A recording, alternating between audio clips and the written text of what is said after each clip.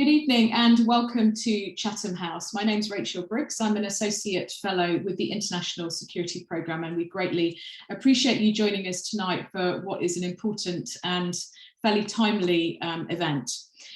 Before I launch into the substance of our event today, let me just give you some housekeeping announcements, which I will repeat during the course of the event. The first thing is to say that this event is on the record, so we are not observing the very famous Chatham House rule. This will be on the record.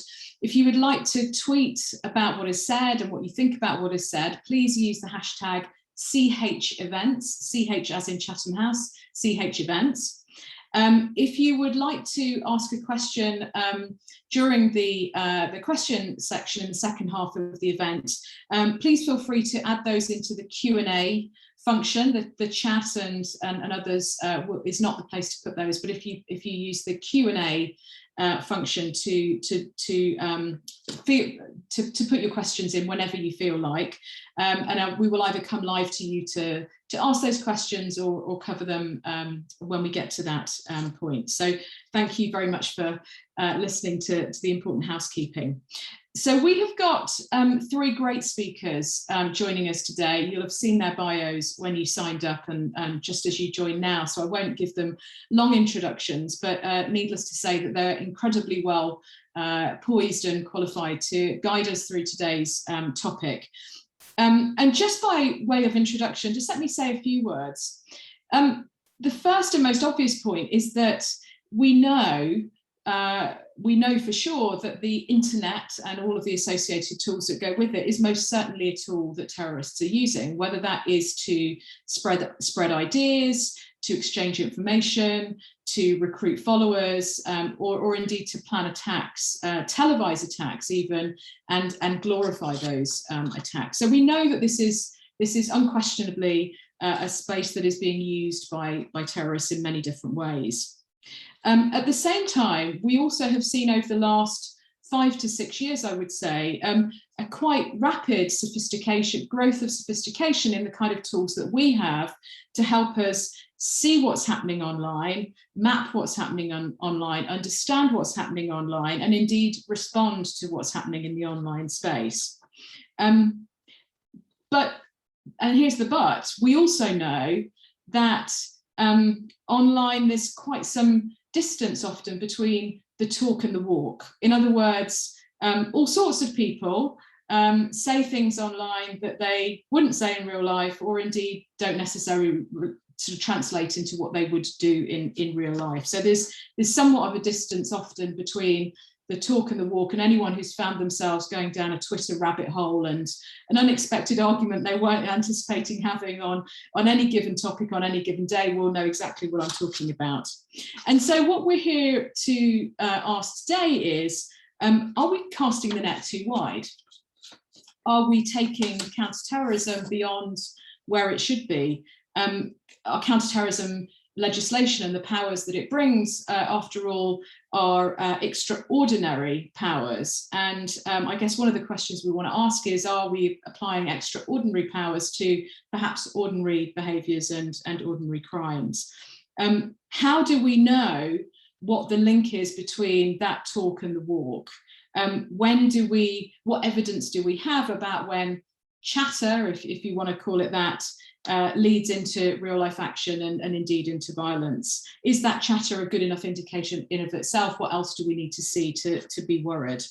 After all of that, what are the implications of what we're seeing in terms of the efforts that we can be taking online, government policy, and indeed law and policing? So there's more than enough for us to deal with today in just under an hour now.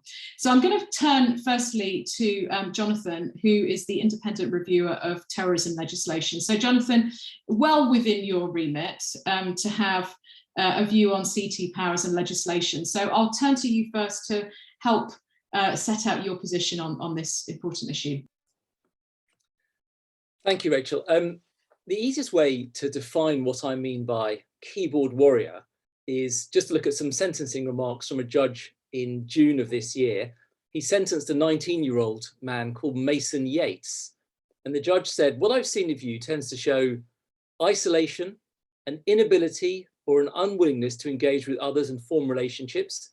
And as I have found in dealing with a number of these cases, are a common feature involving young men who, in their own homes, communicate with others of like mind to express their poisonous ideology and enter into very dangerous waters on the internet and via social media. Now, it's true that outside Northern Ireland, most completed terrorist attacks in the UK have been Islamist, and judging by past events, that's likely to remain the case for some time. But there is a chill wind blowing from across the Atlantic, and there is particular fear that keyboard warriors, especially those on the extreme right, could move to violence. And we've seen waves of shootings in the US inspired by the famous Christchurch, New Zealand attack in 2019. So it's understandable that in the UK, counterterrorism police are in the business of investigating and arresting people for what they say and do online. And in the last 2 years, in England and Wales, well over half of terrorism charges have concerned possession or dissemination of information, and virtually all of that would have been from the internet. And there are references in a paper, which I will release later this evening, which supports everything I'm saying, but I'm not going to read everything that I've written. So at the same time, the UK has strong gun control laws, which means that the sorts of attacks we've seen in the US are far less likely in the UK. And in the recent Intelligence Services Committee report, the Director General of MI5 is quoted and saying that there is low risk of online hatred translating into real world violence. The result is, with our wide laws and people who aren't moving to violence, the UK tends to net some fairly small fishes, including record numbers of children for the last 2 years. And it would be a stretch, I think, to describe the sorts of people who are being arrested for online terrorism as standing alongside Robespierre, Irish dynamiters, Russian anarchists, hostage takers, mujahideen. You get the point. The fundamental difficulty is the internet has lowered the entry barrier to terrorist offending. In the old days, if you wanted to get hold of a bomb manual, for example, you had to be a member of a clandestine organization and meet on a cold park bench so someone could pass it to you secretly in order to get access to know-how, training, weaponry. And as part of an organization, you could aspire to really threaten the security of the population or the state itself. And for that reason, counterterrorism has always been considered an aspect of national security. On the other hand, keyboard warriors are loners. You could, as some researchers do, aggregate them together and view them as a movement or a network or a brand or a wave. All of those words have been used, but in truth, they don't form part of a quasi-military organization or militia that is ready to overthrow the state or terrorize the population.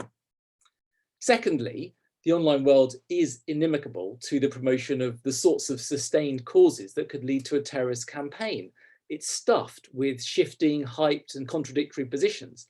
And there's little wonder, perhaps, that in the absence of coherent ideologies online, people tend to be inspired by individuals. They're inspired by Brenton Tarrant, who carried out the Christchurch attack, by what he wore, even by the fact that he had a little air moisturizer tree in his car window.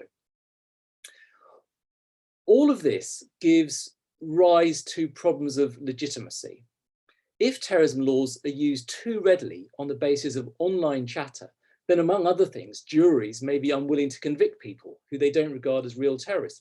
And there are recent cases where there is good evidence to believe that is exactly what happens. The keyboard warrior is nothing without the internet. If you remove this channel of communication, he is nothing.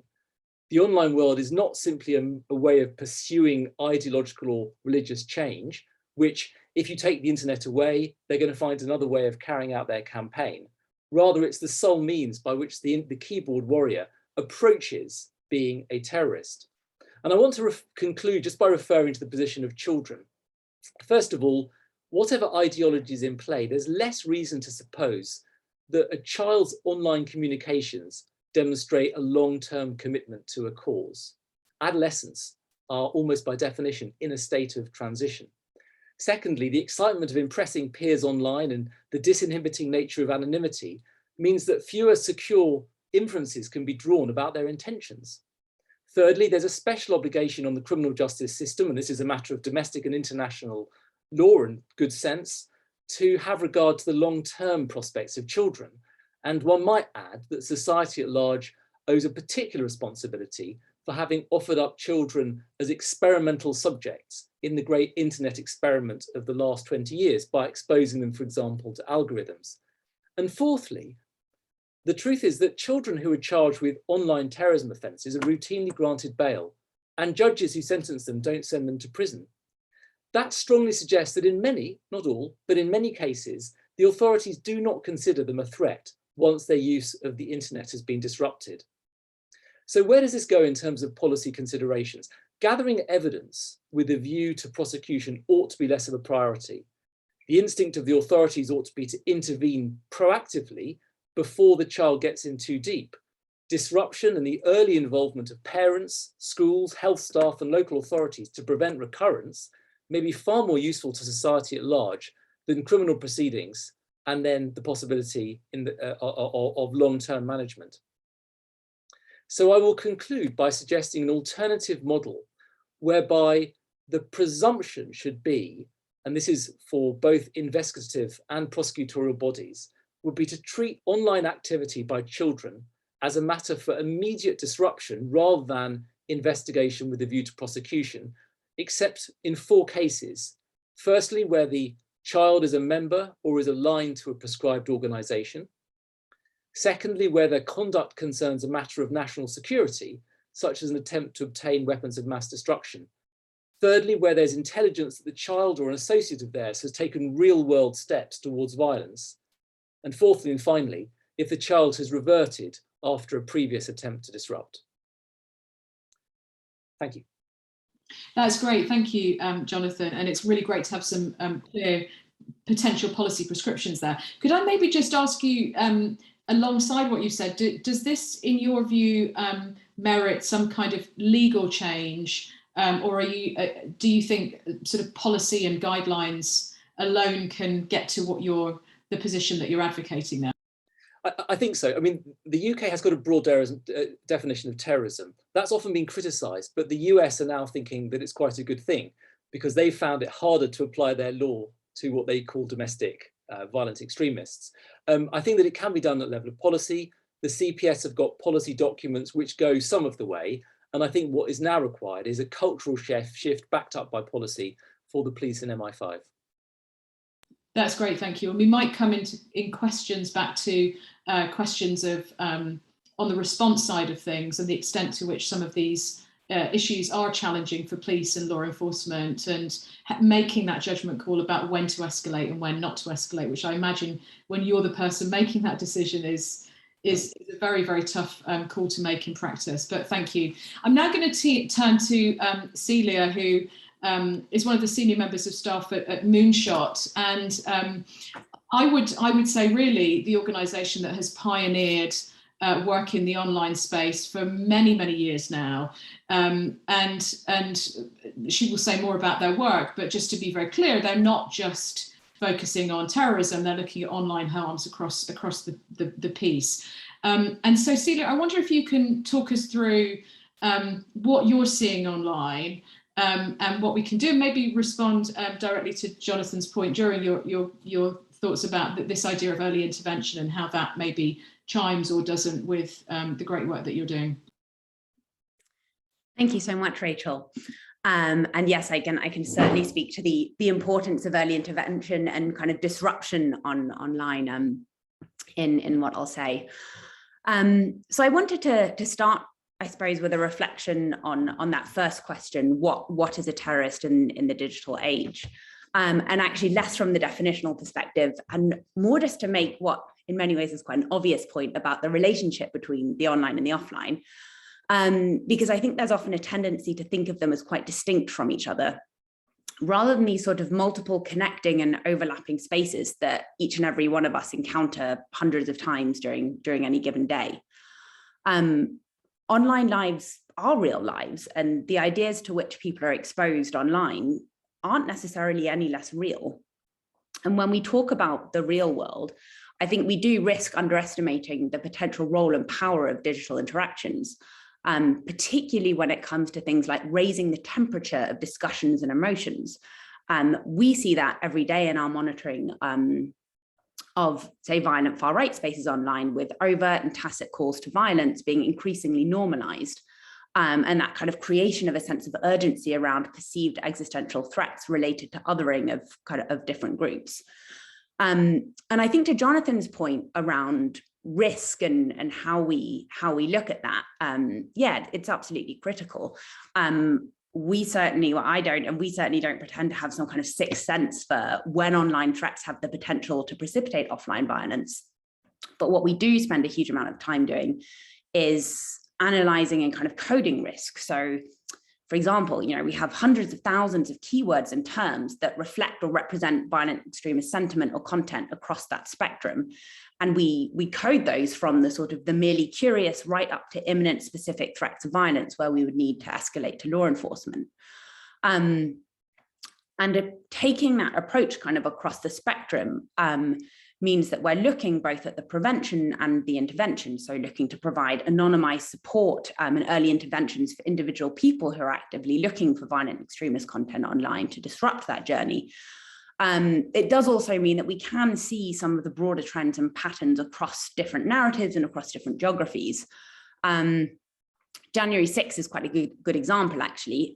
So on January 5th, we started to see increased online engagement with terms related to violent armed groups, incitements to political violence and conspiracy theories, which meant that we were able to put more resources into the safeguarding destinations for kind of election safety campaigns, broadly with the aim of de-escalating from violence. That included things like online kind of de-escalation content, also the option to speak with a trained crisis worker anonymously. And so kind of going to that next point around, how can social media platforms and governments combat violent extremism online? First of all, I want to kind of add some people into that mix: civil society, communities, think tanks like RUSI, practitioners like Jonathan, public safety companies like us into that mix. I think it really has to be a multi-stakeholder, multidisciplinary approach. And I think that there's often a tension between our different roles and responsibilities and our different priorities. I actually think that's something really positive. It helps us check and balance our different efforts. We've seen how CVE can be excessively securitized and used as essentially a weapon to silence minorities or stigmatize particular groups. And I think having different people sort of basically arguing with each other is one way to provide that sense of check and balance. What I would say on the platform side is I'm actually really heartened by recent efforts, which have been accelerated by the pandemic, that tech platforms and social media companies have introduced from the sort of safety by design perspective to help moderate and remove violent extremist content and add friction into potentially harmful user journeys. Facebook, for example, redirects users looking for violent far-right content to an exit program. It's a small pilot in a small number of countries. TikTok has introduced like a warning pop-up if you search for harmful content. Those are really important efforts. They're not on their own enough. First of all, the vast majority of violent extremist content may not be eligible for takedowns according to either the terms and services of the tech companies, or again, kind of reflecting on Jonathan's point, the actual legal definitions, and it doesn't necessarily mean that they should be taken down. Furthermore, groups, they walk that line and they do that very well. There's always going to be a tension with free expression.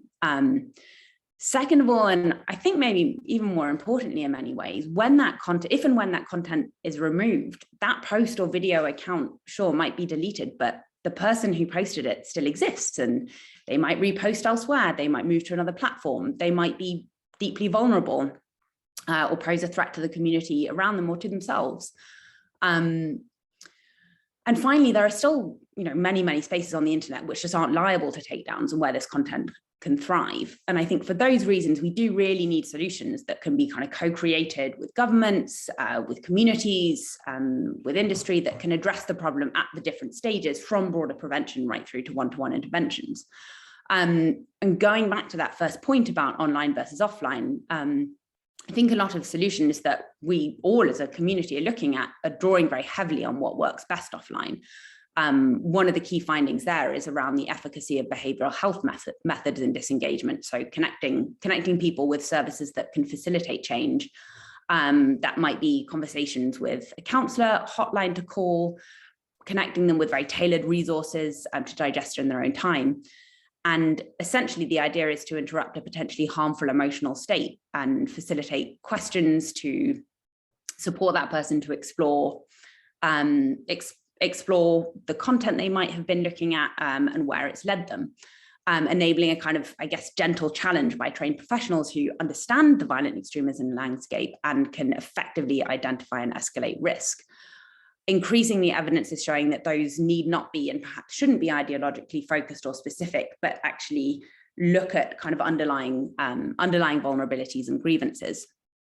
I think I'm at time, so I will finish there and we can kind of pick up anything else in the Q&A, but thank you. Great, thank you.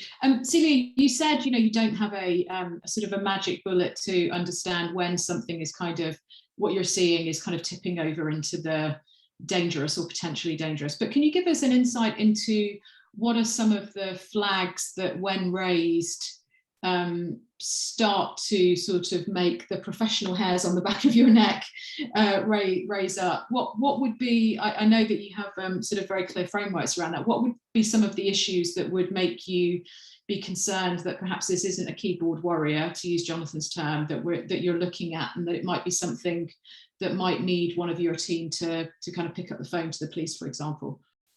Yeah, absolutely. And it typically reflects, what most risk assessments say. It's around imminence and specificity. And that's, it can be very hard with an anonymous source to, look at things like credibility. We're certainly not law enforcement. So that's not our job. It's really looking at the content of the threat. Are they naming a specific person? Is there a call to violence? And yeah, is there an element of imminence? And some combination of those would lead us to kind of escalate that. And as you say, we have sort of essentially risk escalation processes that, here's the threshold for calling the police, here's the threshold for reporting it to the platform, for example, if it's something like hate speech.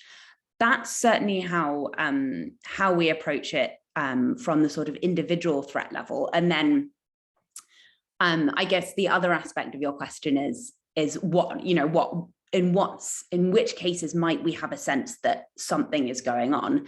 And that's a volume question, really. That's, are some of the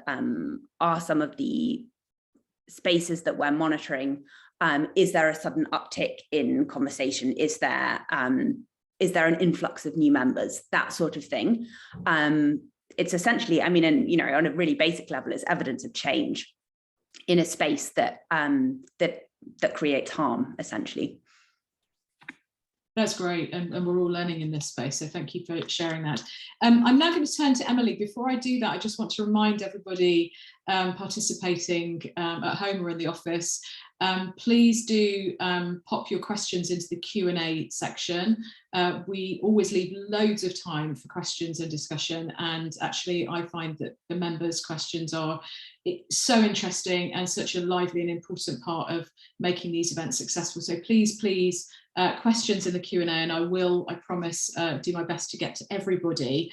But before we do that, I will now turn to Emily, who is with RUSI, which an organisation which I'm sure is known to many of you for its excellent work over goodness knows how many decades, advising governments and countless others around the world on these issues. Emily's particularly active in the area of conflict and terrorism, and heads up RUSI's work in that area.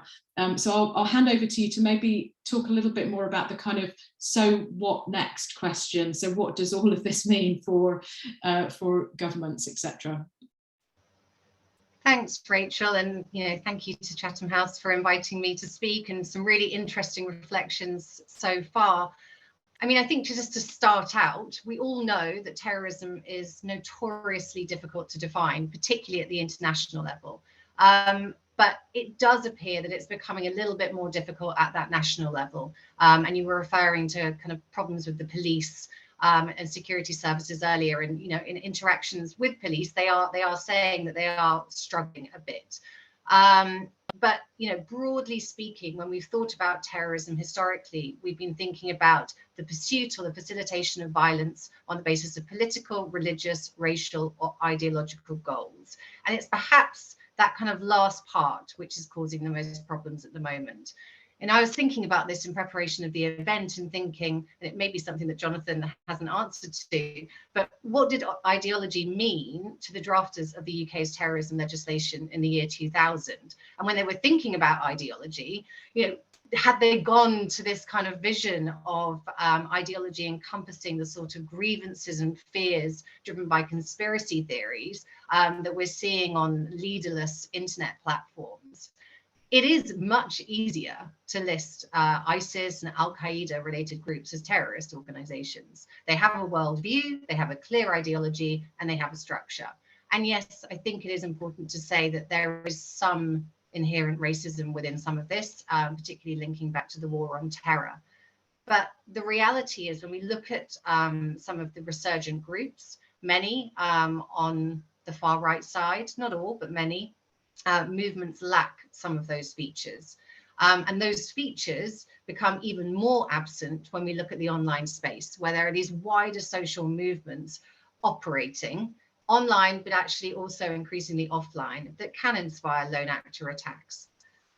But I think it's not just about new movements or new understandings of ideology, but the significance of the online space and the blurring of our understanding of ideologies, or the multiple ideologies we're seeing, is in part due to a specific change in terrorist tactics. And this really does relate to the successful counterterrorism efforts that we've seen in the offline space.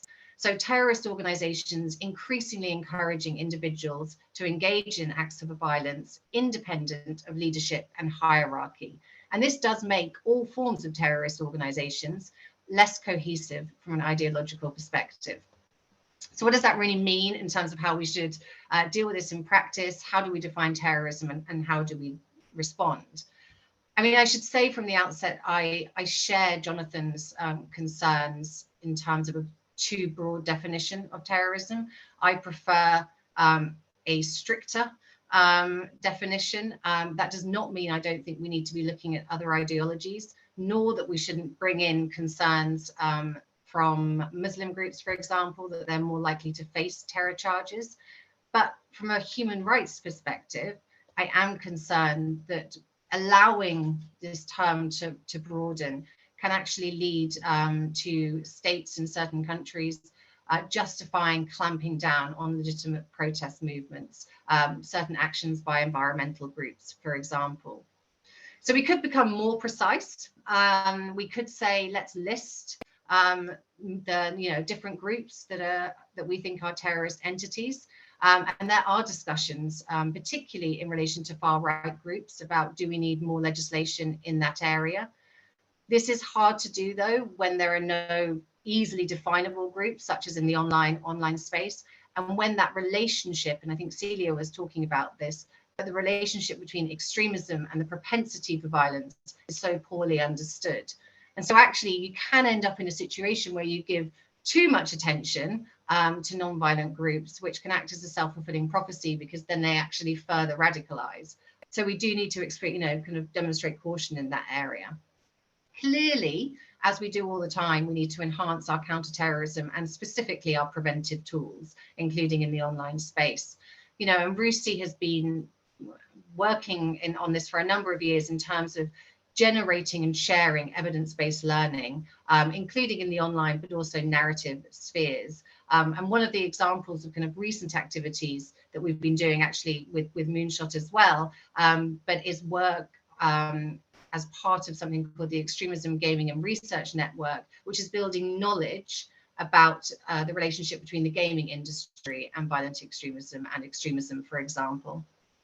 I think we might also need better monitoring of fringe and scattered individual groups, such as incels, who may engage in violence.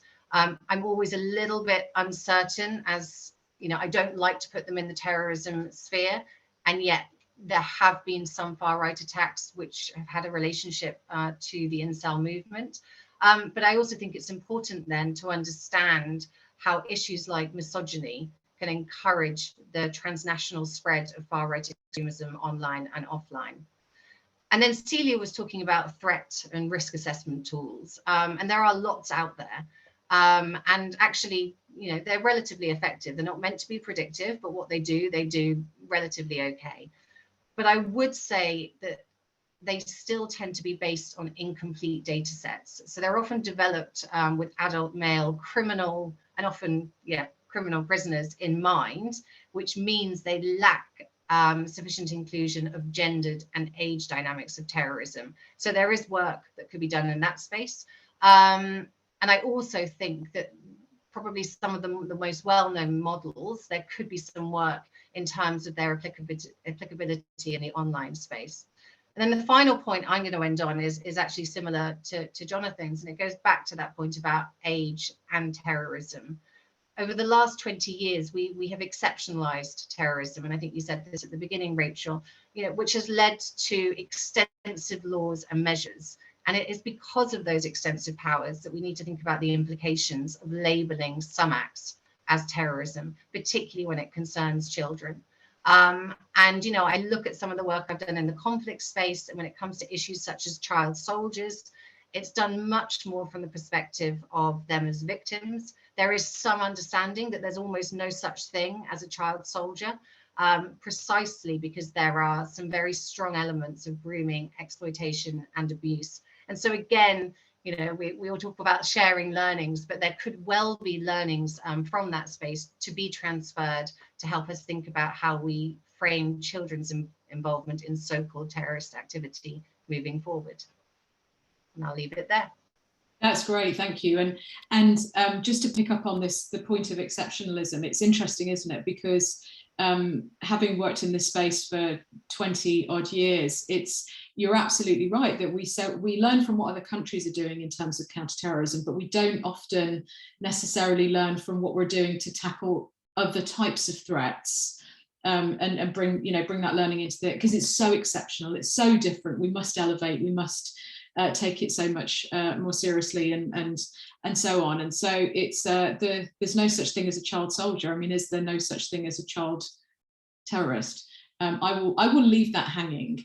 But I'm very, very happy to see that we have got our questions coming in thick and fast, and I will be calling on people to read them out. So I need to let my Chatham House colleagues know that, so their fingers are poised over the unmute buttons.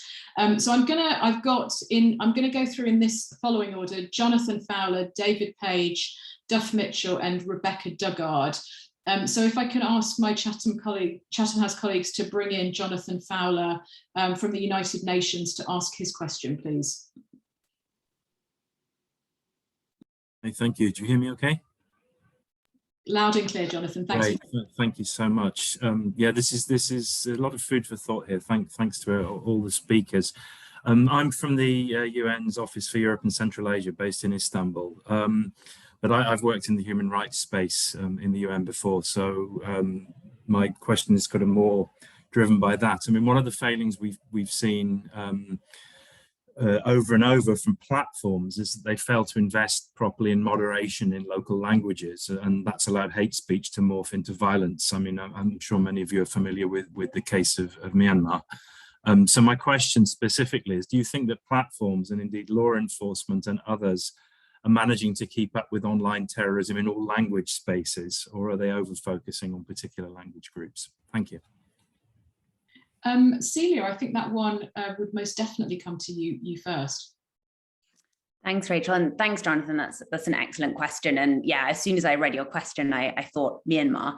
I think my short answer is no, they're not managing to keep up with this. And I suppose I also think it's maybe less about language spaces and more about profile and accountability. So Myanmar flew under the radar for ages because Facebook they weren't employing anyone on the content moderation side that spoke the local languages. The people who were in charge of doing that were sitting in Dublin speaking English. And it was civil society. It was a civil society working group who, unpaid, were tasked with reporting that. I think kind of on the other side, I think what is incredibly difficult is that hate speech through its nature is very coded, very, very specific, very hard to kind of enforce consistent moderation around. And I think we kind of keep coming back to this point around, well, they're public spaces that are privately owned, they're occupied and used kind of like public spaces. And where the accountability sits, there are American companies, where the accountability sits, where the safeguarding responsibility sits is I think something that our legislation, our kind of law enforcement agencies, governments, people haven't really caught up with, because it's frankly just incredibly difficult. I do think there's a lot more that the platforms could do in terms of hiring local staff to support on the content moderation, analysis and support side. I think that's an easy, obvious step that they should be doing far more of. Thanks. Jonathan, I wonder if I might bring you in on something that Celia said around sort of legislation catching up on these things, it being quite difficult to know sort of where the responsibility lies. And I may be putting you on the spot here somewhat, but of course the online safety bill is now in the weeds again. Is that relevant here?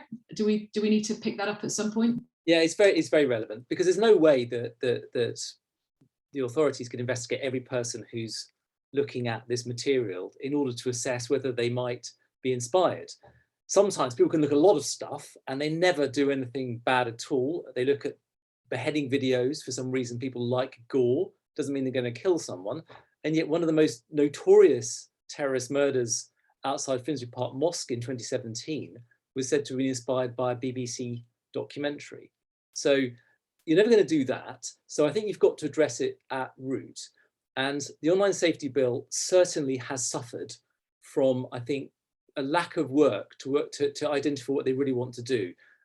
Meaning that even though it's been going through Parliament for some time, there have been some late, but actually some quite crucial amendments to protect free speech, for example. I mean, that came in acceptably, but late in the day. There was also a failure to understand how terrorism offending, which is an important component of the bill, relates to what they call illegal content. And the bill failed to recognise that you don't commit a terrorism offence unless you haven't got a defence and you've got to have a certain degree of intention. So having said that, I think it is really important. The government's missed a bit of a trick, I think, in the context of children. What it's done is it said all terrorism content is illegal and we need to protect children against suicide videos, pornography, things like that. I think what the government ought to do is to say, let's make special efforts to protect children from this. If you protect adults from terrorism content, you quickly get into really difficult definitional points, which have been mentioned quite rightly, and difficult points about free speech and historical accuracy and the need to be able to see what's going on in conflict zones, which actually is an important part of freedom of expression and understanding the world. I think more focus could be put into protecting children, though, from, for example, seeing a beheading video, which might be acceptable for an adult, certainly isn't for a child.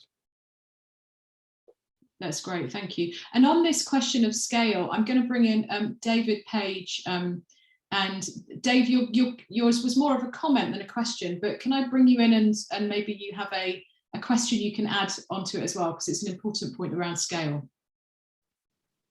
Thank you. My question is prompted by another think tank event, only I think last week, where the speaker has stated 1 million people in the UK watched a complete gruesome IS murder.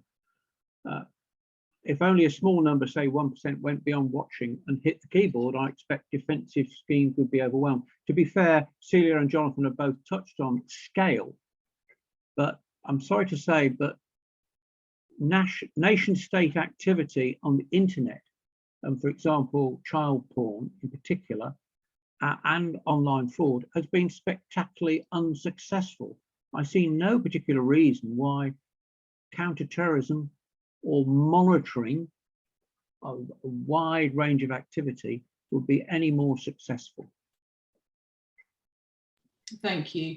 Can I ask who would like to come in response to that? Jonathan, yeah. Yeah, Keita. The best model for dealing with internet content is child sex abuse material hashing.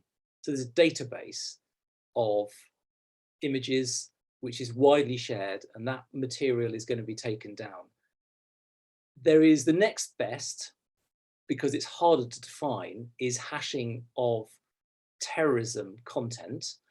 You will rightly say, hang on a second, there's any number of terrorism expressions. If I suddenly say today, let's go and kill loads of Muslims and Jews, now that's not going to be captured on the database, is it? And you might say that should be taken down.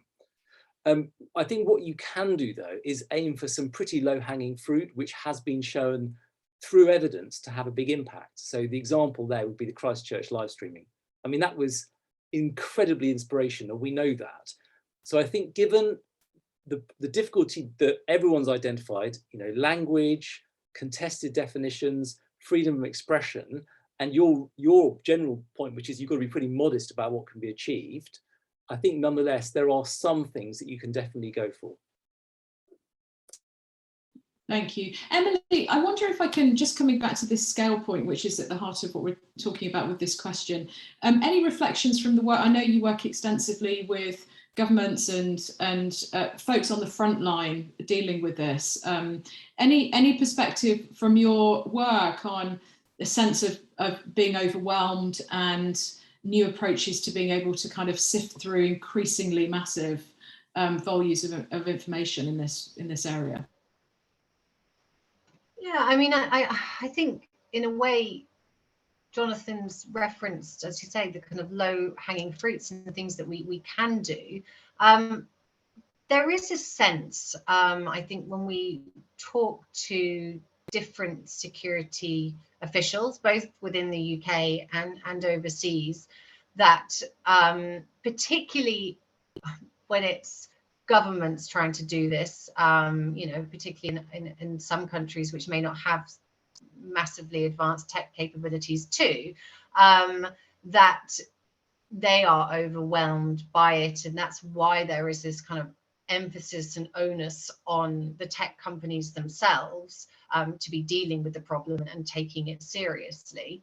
But you know, I think there have been improvements, and that is recognised. You know, in kind of initiatives like the GIFCT, the Global Internet Forum for Countering Terrorism, have helped. That's at least an avenue where lots of different organisations can come together and share information and can talk about these concerns.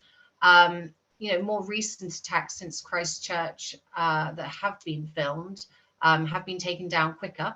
But you know, when we started to look in this in relation to the extremism and gaming side of things, that's just opened up a whole other can of worms. You know, gaming is nothing new. In fact, I think it was Hezbollah that actually started using gaming platforms at some point. But it's gained a lot of attention in recent years, particularly since COVID and lockdowns. And there are real concerns among security professionals that there's a whole level of interaction going on either gaming platforms or adjacent gaming platforms, where, you know, there's recruitment, but then there's also training and actually, you know, practice operations. And that's going to be, I think, that the reason why we've set up this network is actually because there is a concern. So trying to be a bit, I don't know if it's even forward looking, because as I said, it's been around for a long time and only seems to have got attention in recent years. But there is a lot, and it goes back to that point that Jonathan made at the beginning in terms of where is our energy best focused. And you know, as much as I think there are concerns in the online space, the relationship between what is happening online and offline is still not proven. And those links between, I mean, we know that the links between ideas and action is definitely not proven. And so we wouldn't want to sacrifice energy and resources in the offline space, if, you know, to the online space. I think there has to be a trade-off in that regard. That's great, thank you. Could I now ask Duff Mitchell if you would ask your question once you are muted by my Chatham House colleagues? Yes, good day. My question is about the gender profile of the keyboard warriors. Much of online violence inciting space appears to be dominated by males, especially young males. Are there any sign that females who are highly active elsewhere in online spaces are having a greater presence in the violence inciting space? If not, why not? Celia, I think this may be a natural question for you, given the wealth of research you guys are doing in this space. Yeah, it's a really interesting question. Thank you. All of our research still shows it's very male dominated, kind of across the spectrum, and that goes right the way from kind of violent far right groups, obviously incels, if we're including them, are very, very male, through to kind of Salafi jihadist groups. I think what's important here is making sure that the responses that we're building, whether that is kind of prevention work, prevention campaigns, or interventions, are gender sensitive where they can be. So making sure that if the minority of women who are in these spaces have an option, that there is a safeguarding option that's kind of tailored to their needs. So yeah, for example, if we are, for example, running sort of broader prevention campaigns, we would tailor those based on gender and age, so that the person, who's looking for that content would receive a message that feels, a positive alternative that feels relevant based on, potentially based on gender, kind of building off of research around which messages might be most effective from the dissuasion side. Yeah, I hope that helps. It's not a perfect answer. That's great. And Emily, I think you wanted to come in as well. Thanks. It's only because this is such a space which I still think, I've done a lot of work in this space, and I think it's still a little bit misunderstood. Actually, I wouldn't necessarily agree that there's not presence of women online in terms of the incentivization of violence. There are more men than women committing violent terrorist acts still, but that is not to ignore the significance of the roles that women are playing, both in the online and offline spaces, to all sorts of terrorist groups, including conservative far right, jihadi, and obviously in the far left too. Research I did in 2015-16, which was looking at ISIS recruitment, actually pointed out a higher vulnerability of women online because of successful female recruitment tactics in the online space that women were using to get young girls to come and travel to Syria and Iraq. And part of the reason for the success was that young women from conservative Muslim heritage families were more likely to be at home. They were not in public offline spaces. They were more online, as the question has asked, has said, they're more in the online space because of the cultural restraints. And so they were tapping into these narratives that were coming out, which were incredibly successful. And actually other research has shown that women are potentially better recruiters in the online space in terms of the networks they set up, the narratives that they use, including with far right groups as well, by the way. There's a lot of women out there operating in the online space. And even if they're not necessarily at that very, very hard end in terms of encouraging violent acts, they are part of that broader environment in which violence does take place. And I think it's actually, as Celia says, in terms of obviously our approaches, it's really important to be gender specific because we can run the risk of missing some of the concerns and some of the women who are operating online. That's great. Jonathan, did I see your hand? Yeah, I do. Just to add a point, there's someone called Professor Maura Conway from Dublin and Swansea who's pointed out that women can join terrorist groups pretending to be men. And so it's another way in which the internet can lower the barrier to entry. particularly if you're talking about a very conservative religious terrorist group, someone can participate online with a false identity. So I just thought it was worth adding that. There is, if you're interested in following it up, I was just looking that there is in the Intelligence and Security Committee report that came out yesterday on the far right, the figure that they give is very, very heavily weighted towards men, over 90%. And the explanation from the police that was given and they record is that violence is a peculiarly male obsession. So that was what the police thought. That's interesting. And the report also talked about the fact that MI5, which has responsibility now for far-right terrorism, needs more resources because of the scale, not just of far-right, but of everything, and that it's sort of struggling. The amount of time and effort it's having to place on those things is, you're frowning, you're disagreeing. Well, I'm slightly frowning, not because I would ever say that a public authority doesn't need further resources, but because using the MI5, what they call the pursue model, so using clever systems, working out what's going on, getting the police involved, finding the evidence, bringing it to prosecution, that may be one way of dealing with it, but I think it's the wrong way. Because when you involve MI5, you involve secret intelligence, need to know, sensitive computer systems, and it's hard, frankly, to involve people who may be able to give sooner and potentially more effective disruptive help. So I'm thinking about mental health practitioners, parents, schools, etc.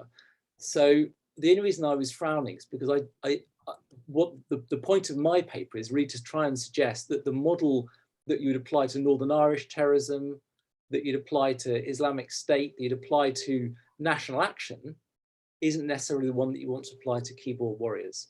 Yeah, one of the challenges I think there is the resources available to deal with the scale that we're talking about. I mean, in my previous life, supporting hostages who were coming home from captivity, we couldn't get them into mental health support because that area of our public services is so drastically stretched.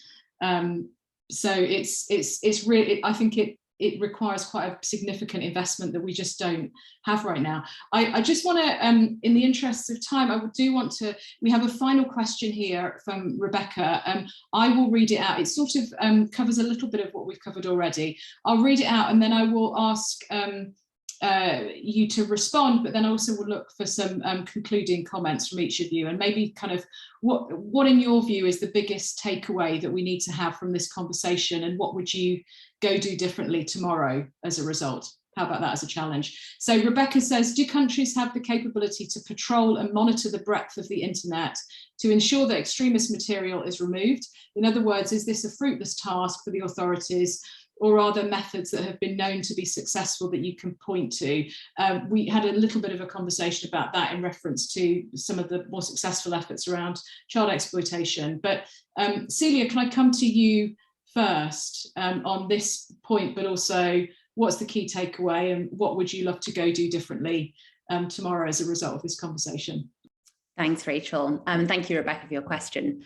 So I think no, countries don't have the capability to patrol or monitor the breadth of the internet, and I don't think they have the mandate to either.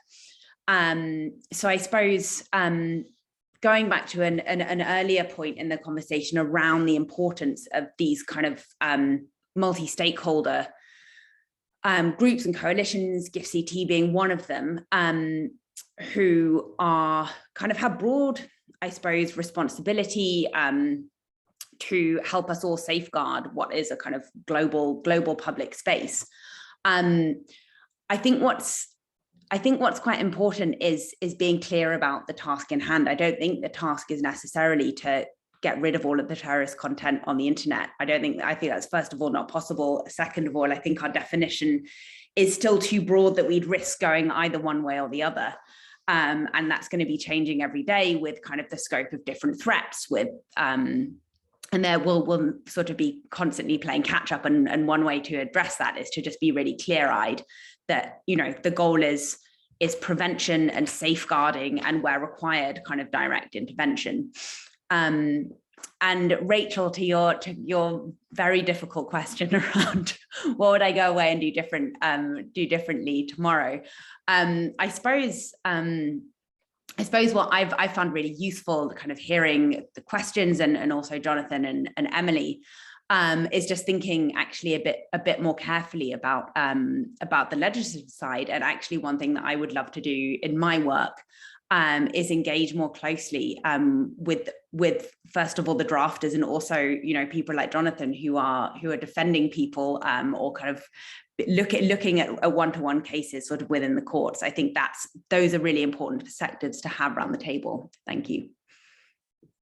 That's great. You heard it here first, folks. A new collaboration. I love it. Emily, can I come to you next, and then I'll come to you last, Jonathan.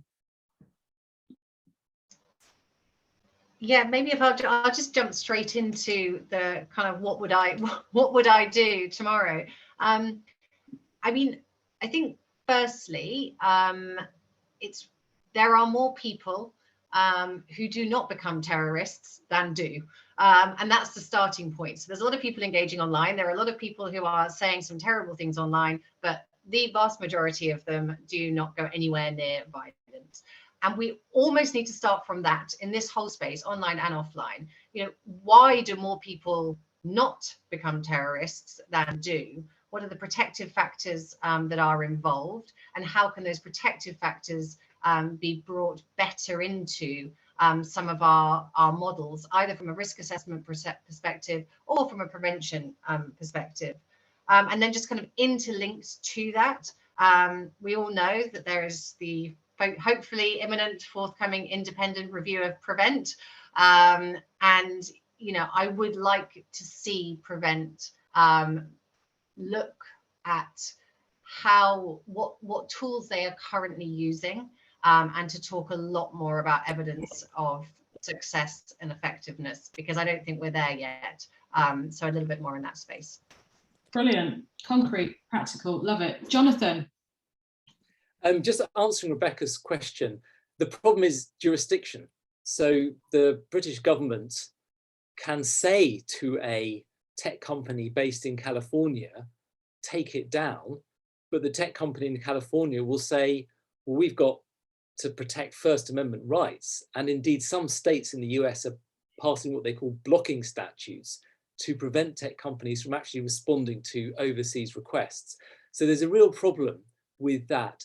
The solution, if you want one, is a pretty drastic one. It's for the government to filter everything. And that would lead to what some people call the balkanization of the internet, where there's a special British internet applying British rules. You have a Russian one, a Chinese one, and so on and so forth. And that wouldn't be good for all sorts of reasons, not least it's probably the engine of the economy and future prosperity. In terms of what I've taken away, it was a comment, I think it was Emily, it could have been Celia, about effective risk assessment. I mean, it's really hard for terrorists anyway, but I think it's particularly hard to apply what little we know for adults to children. And so what I would like to see would be more work on risk assessments for children, particularly those who are involved online, and maybe ask children themselves. Fantastic. I call that call to action, which is a brilliant way to end an event which is really important and does deserve action. So thank you to all of our three brilliant speakers. I'm looking forward to seeing all of this collaboration that's going to start as a result of this. That's the best outcome. I want to thank all of you. I want to thank the folks for attending. It's our members that really bring our wonderful institution to life. So thank you for your questions and your comments and for holding us to account as well. I will, with that, close the meeting and wish you all a very good night. Thank you.